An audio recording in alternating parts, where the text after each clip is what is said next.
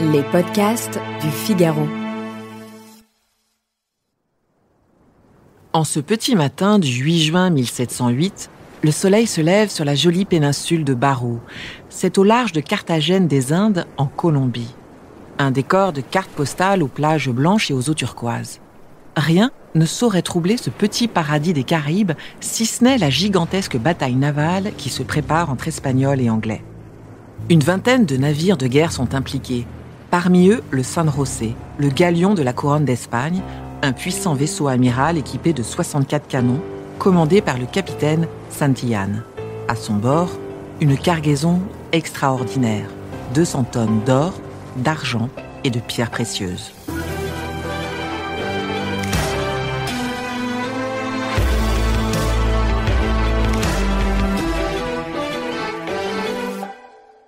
Bonjour, je suis Anne-Emmanuelle Isaac et bienvenue dans les récits du Figaro.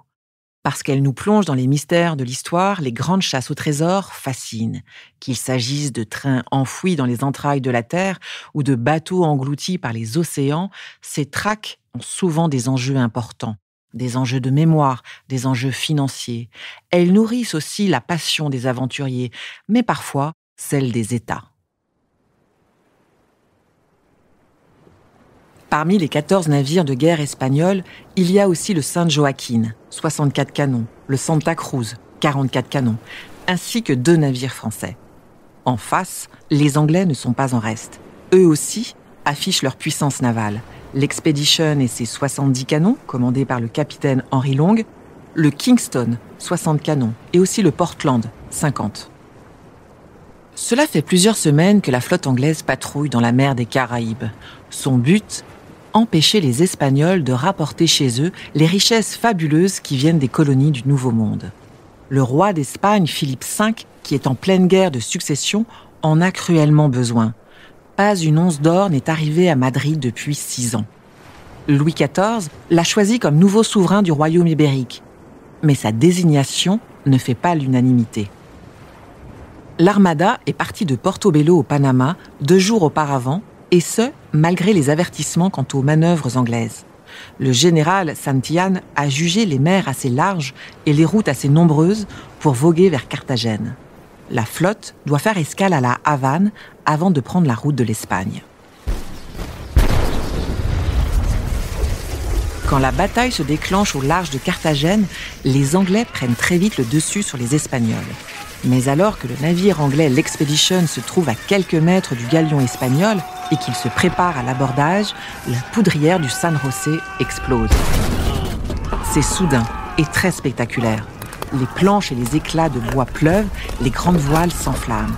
Le puissant 3-mâts sombre rapidement, tellement vite que l'équipage n'a même pas le temps d'une prière. C'est un désastre. Sur plus de 700 membres d'équipage du San José, seulement 17 survivants. Les autres navires connaissent des fortunes diverses. Le Santa Cruz est capturé avec sa cargaison et emmené à Port-Royal, sur l'île de la Jamaïque. Le San Joaquín, quant à lui, réussit à s'échapper et à se réfugier à Carthagène.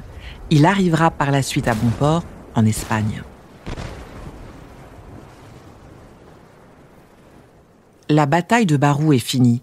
Commence alors la quête du Graal des chasseurs d'épaves, celle de la cargaison du San José que certains évaluent à 1,2 milliard de dollars. En 1980, le ministère colombien de la Culture l'a estimée à 10 milliards. Quoi qu'il en soit, la cargaison du San José est une des plus riches jamais perdues. Les années défilent et les siècles passent et aucun chercheur d'or, aucun aventurier ne met la main sur le trésor. La mer des Caraïbes ne livre pas son secret, le mystère reste entier. Première alerte en 1981. L'entreprise américaine Glauca Mora Company annonce qu'elle a localisé l'épave. Elle revendique aussitôt ses droits sur 50% de la cargaison. La Colombie proteste immédiatement. Depuis, les décisions de justice ont donné tour à tour raison à la société américaine et au gouvernement colombien. Et le trésor n'a pas été repêché. 33 ans plus tard, en 2014, le président colombien Juan Manuel Santos reçoit un cadeau étrange de l'historien et anthropologue Roger Doulet. Il s'agit d'une carte ancienne de la mer des Caraïbes et elle indiquerait les coordonnées de l'épave. Au début, personne ne prend au sérieux le document, mais ensuite, le ministère de la Culture organise des réunions de travail entre l'équipe de l'historien et l'Institut colombien d'anthropologie et d'histoire. L'équipe de Roger Doulet a réuni des archives inédites. Elles proviennent de la Havane, de la Jamaïque et d'Espagne. Grâce à celles-ci, le gouvernement pense pouvoir localiser le galion. Il déclare dans la foulée que les coordonnées de la Glocamora Company sont fausses. En janvier 2015, une nouvelle compagnie, suisse, Maritime Archéologie Consultant, dite MAC, est mandatée par le gouvernement colombien pour démarrer les recherches au large de Carthagène. Le 5 décembre de la même année, le président fait une annonce triomphale sur Twitter. Le San José a été retrouvé. Le chef de l'État colombien avertit qu'il tiendra une conférence de presse à Carthagène où il donnera tous les détails, ou presque.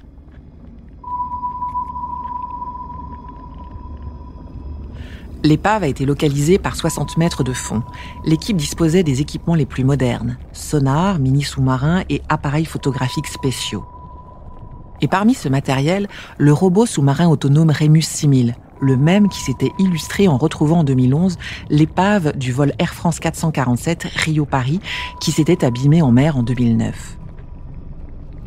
Les clichés diffusés sont impressionnants et ne laissent aucun doute. On y reconnaît immédiatement les canons du San José, grâce à leurs ornements sculptés dans le bronze et qui représentent des dauphins.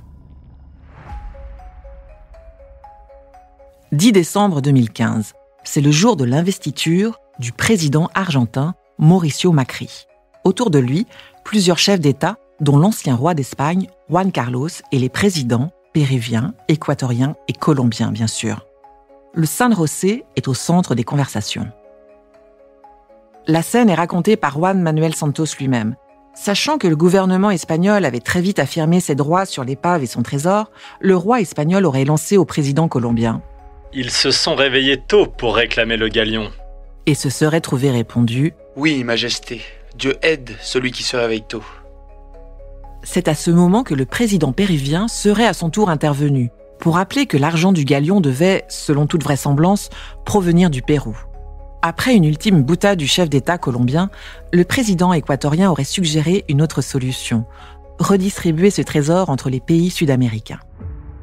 La revendication espagnole sur le San José provoque une levée de boucliers en Colombie. On dénonce non seulement le manque de fondement juridique de cette demande, mais également une attitude jugée sans scrupules. Cela reviendrait à dire que tout ce qui existe en Colombie et en Amérique latine appartiendrait à la couronne d'Espagne pour des raisons de lien historique. La question est en effet complexe. Il s'agit d'une épave espagnole située dans les eaux territoriales colombiennes et chargée de richesses extraites au Pérou. Et si on ajoute que l'entreprise américaine Glocamora Company estime avoir bien localisé le San José en 1981, voilà une affaire qui se complique encore plus. Pour exploiter l'épave et ses trésors, le président colombien a choisi de faire appel à un partenariat public-privé. Il veut construire un musée spécialement dédié au San José à Carthagène. Les coûts de recherche du galion sont évalués à 6 millions de dollars. Les opérations de remontée et la construction du musée se chiffrent à 70 millions. Pour financer ce chantier, Juan Manuel Santos veut faire peser tous les risques financiers sur la société MAC. C'est elle que le président a commandité pour les recherches. Il la paiera ensuite en lui accordant une partie des éléments de l'épave, à savoir ceux qui n'appartiennent pas au patrimoine national colombien. Il s'agirait donc de l'hypothétique or et argent qui se trouverait encore dans les entrailles de l'épave. Le calcul que le président colombien propose est le suivant. Sur les premiers 150 millions de dollars de trésors remontés, la société MAC en touchera 45%. Entre 150 et 300 millions remontés, 40%. Entre 300 et 500 millions, 10%. Ensuite, l'ensemble reviendra à la Colombie. Mais c'était sans compter sur le successeur de Juan Manuel Santos, Iván Duque, qui conteste cette décision. Sa vice-présidente, Marta Lucía Ramírez, est en charge de ce dossier très sensible pour les Colombiens. Et ses déclarations sont sans ambiguïté. Il est inenvisageable de vendre ou de monétiser le trésor, comme il est inadmissible qu'il se disperse. Pour elle, cette découverte doit rester regroupée. Elle doit être exposée pour que les Colombiens et les visiteurs venus du monde entier puissent l'admirer. Et le fait qu'une partie de cette découverte puisse servir à payer une société privée serait problématique. Cela impliquerait qu'une partie de l'histoire colombienne soit dispersée chez les antiquaires du monde entier. Dans la mesure où l'on estime à environ 1 millier le nombre d'épaves le long des côtes colombiennes, ce serait un précédent inacceptable. De son côté, l'Espagne n'a pas renoncé à ce qu'elle considère comme ses droits sur l'épave et son trésor. Pour Madrid, le bateau appartient à l'État espagnol. À ce titre, il doit revenir à l'ancienne puissance coloniale. Elle se fonde pour cela sur le droit international, et notamment sur la Convention sur la protection du patrimoine culturel subaquatique de 2001. C'est une convention soutenue par l'UNESCO et notamment signée par l'Espagne et la France. D'après ce texte, les bateaux d'État en mission militaire sont imprescriptibles, et ce, même s'ils se trouvent au fond des mers. Ils restent donc la propriété des États qui les ont affrétés.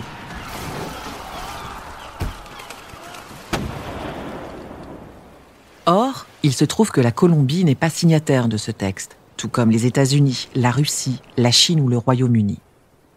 Le 12 décembre 2018, le gouvernement espagnol a annoncé qu'il était parvenu à un accord avec la Colombie pour sortir de l'eau le San José. Un accord qui aurait été obtenu 1 mois plus tôt lors du sommet ibéro-américain au Guatemala. Mais cette affirmation a été immédiatement démentie par la vice-présidente colombienne. Il semblerait que les fabuleux trésors du San José restent encore longtemps au fond de la mer des Caraïbes et ses secrets avec.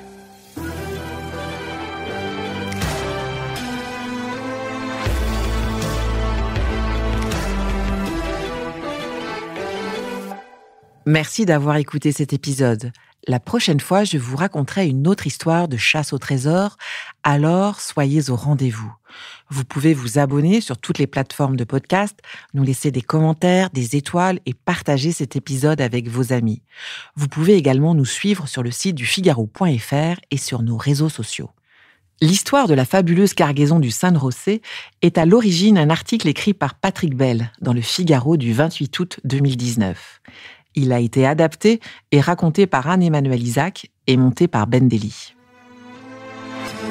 Les podcasts du Figaro.